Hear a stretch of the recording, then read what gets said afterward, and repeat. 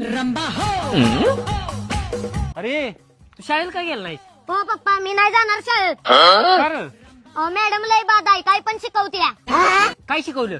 मला काय विचारताय, तिला विचारा जावा. ओ आत्ताच्या आत्ता चला, माझ्या पोराला ती काय शिकवतं ती मला बघायचंच आहे. यायला नुसतीच भारी दिसते वी. शाळा शाळा आज तिचा निकालच लावतो. चल. मॅडम वय किती आहे तुमचं? 24.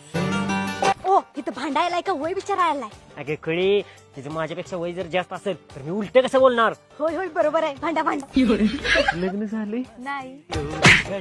हो मॅडम, तुम्ही माझ्या पोराला सगळं चुकीचं शिकवताय. काय शिकवलं? ए काय शिकवलं सांग? यशापर्यंत पोचायचं असलं तर पायऱ्या चढायला लागते द्या. मग बरोबरच शिकवलंय की. काय बरोबर आहे म्हणून सांगताय? यशापर्यंत पोहोचायचं असलं तर पायऱ्या चढायची काय गरज आहे? यशा खालच्या स्कूलीत राहतोय.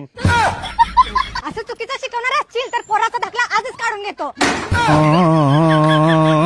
जर असलं म्हणून काय पण शिकवतेत काय? ए पीके ऐक ना. बोल.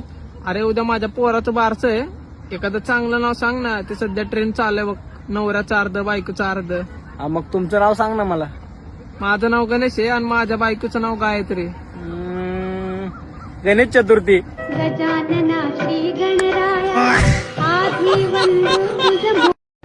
अरे तू हा का नाही म्हणते? अरे हे बघ जानवी, मला नाही जमणार आहे. मी नाही हो म्हणू शकत तुला. अरे तुझ्यासाठी विष पेले मी. तू ह्याच्यासाठी विष पेली, माझ्यासाठी ज्यूस पेली असते तरी मी हो म्हणलं असतं. नाही चलू दे. तू चलू दे. मला ना समजूतदार बाई सोबत लग्न करायला पाहिजे होत. समजूतदार बाई कधीच तुमच्यासोबत लग्न करणार नाही. बस मला एवढंच सिद्ध करायचं.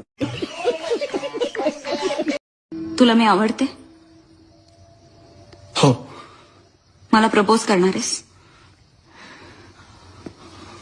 हो. मला लग्नासाठी मागणी घालणार आहेस?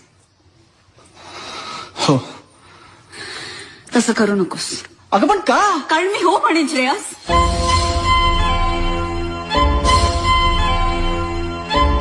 सासूची अपेक्षा मुलगी सुंदर असावी, शिकलेली असावी, घरातले सगळे कामे करणारे असावी.